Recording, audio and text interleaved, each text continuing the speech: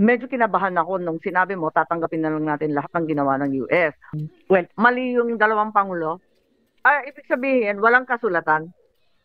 Not that we know of. So, ano nangyari? So anyway, let's ask. Post na yung 19%, di ba? May deadline na. May date na eh. Oh, effective na based on daldal lang. President Trump announced that there will be zero tariff on all U.S. goods entering the Philippines. Is that correct? Yes, anybody can say yeah. Tama? USEC Gepti? Tama? Go ahead. Yeah. Yes. Well, to date po, Your Honors, that we have not yet concluded and signed any No, but the agreement with the President of US. the United States already said Wala pa zero po yun. tariff. Kasi if ever we So will, we're supposed to disregard the President. well, that was of course, the tweet of the President Trump. But any and all agreements entered into between two states So will that's have to not be. true. Today po, wala pa po. Wala pa po. Hindi pa po ngayon yan na-implement po. Kasi ongoing po negotiation. Pero pinahiwatig na. Nagbabala na. Zero tariff. Well, that was the announcement of President Trump. But as far as we are disregard, is that correct, Mr. Kepti? well, as I mentioned, Your Honor, is that the negotiations are still ongoing. So there is nothing to implement. It has been made. Well, that is the announcement of the President of the United States. Considered policy. In any case, I am not here to argue with you. In the best estimates of the executive, what is the percentage of U.S. tariffs currently being imported and that will have zero tariff? You will say again, it's not yet. My co-chair, maybe it's best that we also allow them to give the presentation really quickly, then we can ask the questions. Yes, no, this is just to lay the predicate for the question kay Secretary Lazaro. Oo.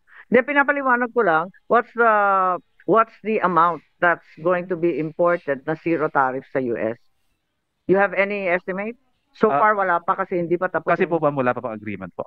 Labo nito Anyway, what is very clear is that the agreement improves market access for U.S. goods into the Philippines. Is that correct? There are certain offers, and I think this was disclosed when, of course, the delegation from the United States arrived last July. So you're saying that there's no increased market access? There's no zero tariff? There's no additional market access of U.S. goods into There are certain offers. ano pa pinag-usapan? There are certain offers made on market access for purposes of the ongoing negotiation on the reciprocal trade. I am going through all these questions. It's very simple. Is it proper that this is a mere executive agreement? Now, you're saying that there is no executive agreement. Nagsalita lang, nagbalat bunga lang, at hindi naman daw kinakailangan pakinggan dahil wala pa yung zero tariff na yon. If it's an executive agreement or nag-usap-usap lang sila, these agreements will grant or open up market access into the Philippines, and these concerns are usually treated in treaties. Di ba? Additional market access. Ayan. As an example, lahat ng mga FTA natin, iilan na nga lang yung FTA natin. The free trade agreement, like I mentioned earlier, yung Philippine-South Korea FTA, isa yon. O yung multilateral, ganun din, yung RCEP, di ba? Pareho rin yan, naging treaty rin yan. They're not, the GPEPA, di ba? Puro sa treaty yan. They cannot be considered mere executive agreements precisely because they grant wider market access to other states. So why is the U.S.-Philippine trade deal different? What's the difference? So baka may legal ang SFA or STI. Hindi ko talaga maintindihan. Kasi mas malawak to di hamak. As a matter of fact, if you look at it, while the provisions of the RCEP, the GPEPA, the Philippine-Korean FTA are reciprocal. They're reciprocally onerous, reciprocally mutually beneficial. The provisions of the U.S.-Philippine trade, even on the scant information that we have been provided, is clearly more onerous upon the Philippines and extremely beneficial to the U.S. There is even more reason that this agreement should be submitted for the concurrence of the Senate, considering the checks and balances imposed by the Constitution. If not, are you saying that the checks and balances does not apply in this case, and that the executive possesses absolute discretion and power to enter into agreements that constitute derogation of economic powers here in the Philippines? Parang nalalabuan yata ako. Maybe we can ask the Kaya tatanong Secretary ko Lazaro SFA kung sa legal, tama ba itong prosesong to? Well, initial thoughts about this is since Full disclosure, kaklase ko sa UP College of Law. Pero anyway, thank you, Madam Senator. But just to state that in any, for example, the one that was mentioned by Senator Marcos, there are all it always passes. It is the agency concerned. So I defer to the Department of Trade and Industry because they have to go through this, and then that passes through us. If indeed it is something of an executive agreement only, or that needs a treaty practice. So we defer to DTI. Okay, so yeah. Yeah, so thank you, Madam Tess, unless there are other colleagues who want to ask the DFA. If not, she can be excused. Thank you very much, Madam Tess Lazaro. As far as you're concerned, just to put closure on this, as far as you're concerned, the DFA does not consider this an executive agreement, nor a treaty, nor any kind of free trade agreement. Is that correct? If I listen, Madam Chair, Mr. Chair, if I listen to our colleague from the Department of Trade Industry, he can. There's no concrete description yet of what it is all about. So it's very hard to make any determination at this point of time. Nor aware of the investment requirements usually accompanying these tariff concessions in the United States.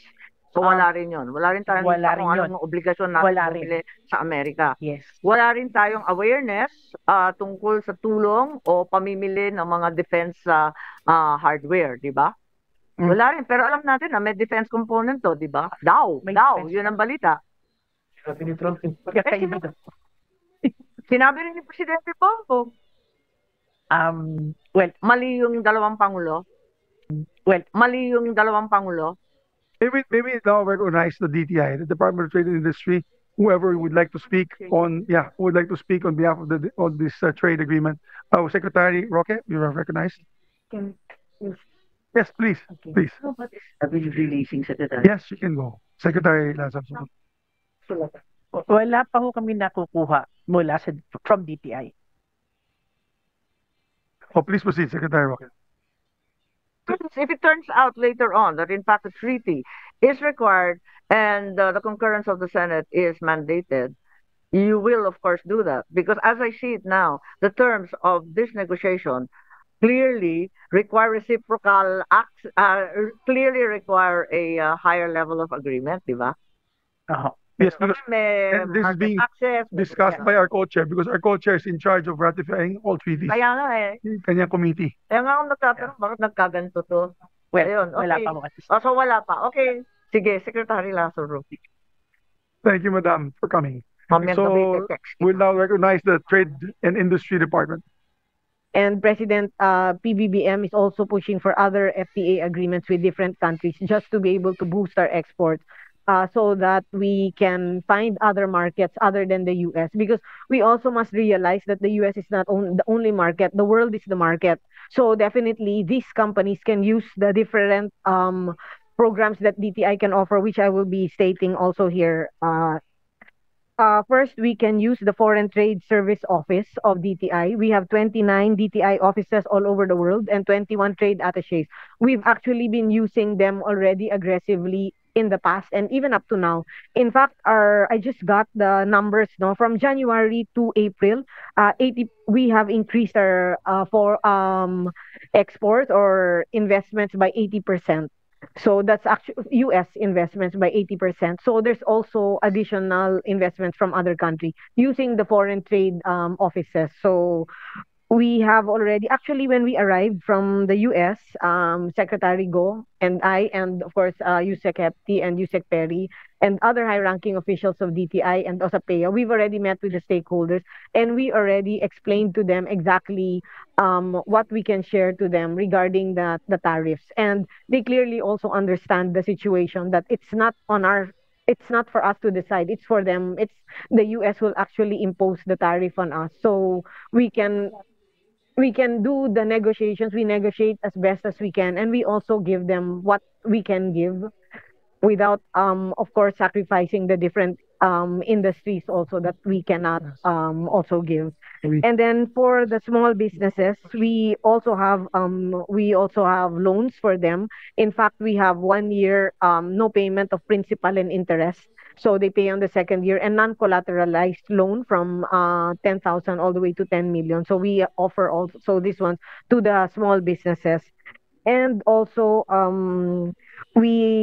do the B2B. We also do trade missions. We also travel all over to tell them also about the new tax incentive, which is the Create More, which was just signed. Yeah, with all due respect, that really is the job of DTI. That's the Yes. mandate and the reason for your existence. Yes. But I just wanted to clarify. Medyo kinabahan ako nung sinabi mo, tatanggapin na lang natin lahat ng ginawa ng US. Unang-una, I think in the immediate short term, for the next, let's say, 3 months, it's very important to push for targeted US exemptions and exclusions. As US GEPTI well knows from my previous committee, the plan being floated carves out firms that manufacture in the US. So let's work with the US customers and their lobbyists to secure product-specific exclusions and company carve-outs. Tapos mag-a-align tayo ng messaging with the US supply chains. They're obsessed, for example, with the rare earth. Hindi ba pwedeng pag-usapan yan? Bakit hindi natin pinag-uusapan yan? Yung friend-shored capacity dahil ayaw nila sa China. Customer by customer contingency contracts. Can't we get a move on those tariff sharing clauses, temporary price adjustment, shift of SKUs? Marami pang magagawa. Natakot lang ako, parang surrender na kagad yung DTI. Diversify the orders very, very quickly and redirect, like you said. Pero iilan lang, pinagmamalaki natin ang ating mga trade mission. 21 sa buong mundo, dear. Iilan lang yan, napakakonte. And of course, US link production lanes. We need the advanced, dedicated packaging test lanes for outputs destined for the US. We're not moving on that. Ayan, nakatingin si US Ross at alam naman ninyo sa NEDA, hindi ginagawa yon. Where are the deals being made with anchor firms, BOI, PESA incentives for US and allied companies? Huwag tayong susurrender, laban pa. Hindi pwedeng dumapa. Natatakot ako sa inyo. Export credit and FX hedging. Pwede naman magpa-utang muna. Tariff engineering, logistics tweaks. Maraming sistema ang mga abogado sa tariff at sa tax. Gamitin na ninyo legal channels, WTO consultation, ASEAN. Ayan, magkapit-bisig tayo sa mga kasamahan. Sa short term pa lang yun. Wala akong narinig na ganun. Please, gawin na ninyo at dadapa talaga yung electronics natin at talagang walang matitira. Ma'am, with all due respect, what I meant was because there's a negotiation, so we're really actually just waiting for them, and then they're also parang it's a Don't negotiation. just wait. You have to be proactive. Ma'am, we are Hindi proactive. yung just wait. Hindi, ma'am, Yun nga, proactive. kakausapin na lahat ng mga customer, lahat ng mga binibilhan. Kakausapin na yung WTO, yung ASEAN, anong ginagawa ninyo kung nauuna yung Thailand, tulad sabi ni Chairman, di sumama at umangkas na tayo doon. Yung mga contingency contract ng mga customer natin sa US, di ba? Abalang-abala sila sa Christmas decor. Ay galing sa Pinas yun. Kinausap na ba lahat yan? Yung mga supply chain nila sa rare earth. Yun ang sinasabi ko. Kailangan proactive. Nakakatakot naman, nakatihaya na lamang at sumuko na.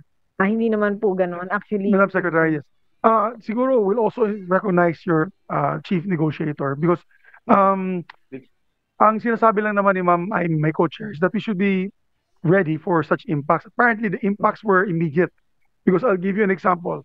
A dear friend of mine, Martin Tuason, who does Armscore, they had to fire 500 employees.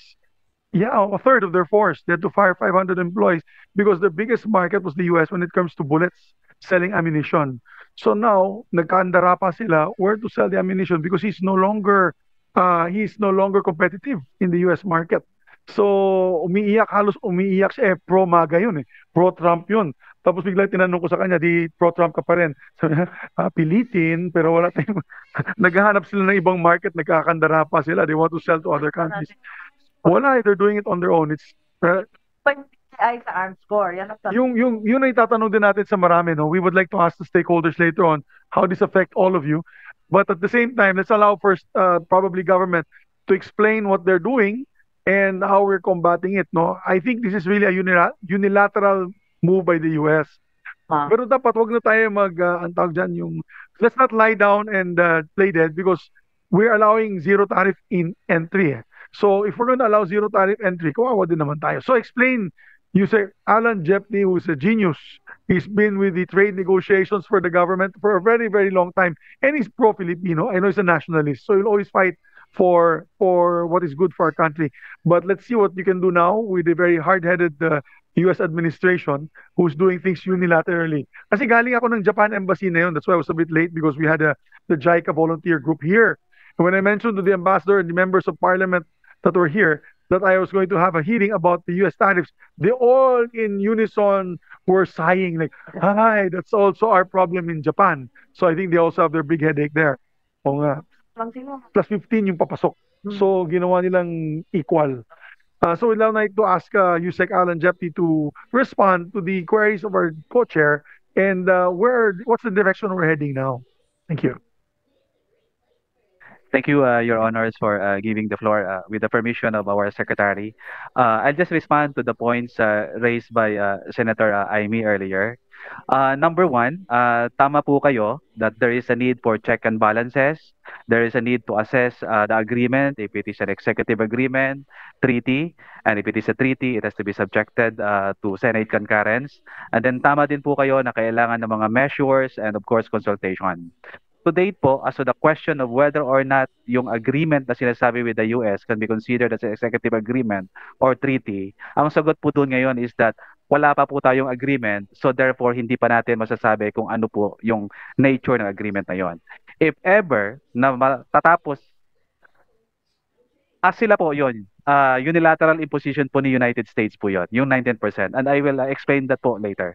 But going po to the nature of the agreement in itself, once the negotiation is concluded and the same is signed, then we will follow our domestic law, particularly the process under Executive Order number 459, wherein the DFA will have to assess if the same will be considered as an executive agreement or a treaty.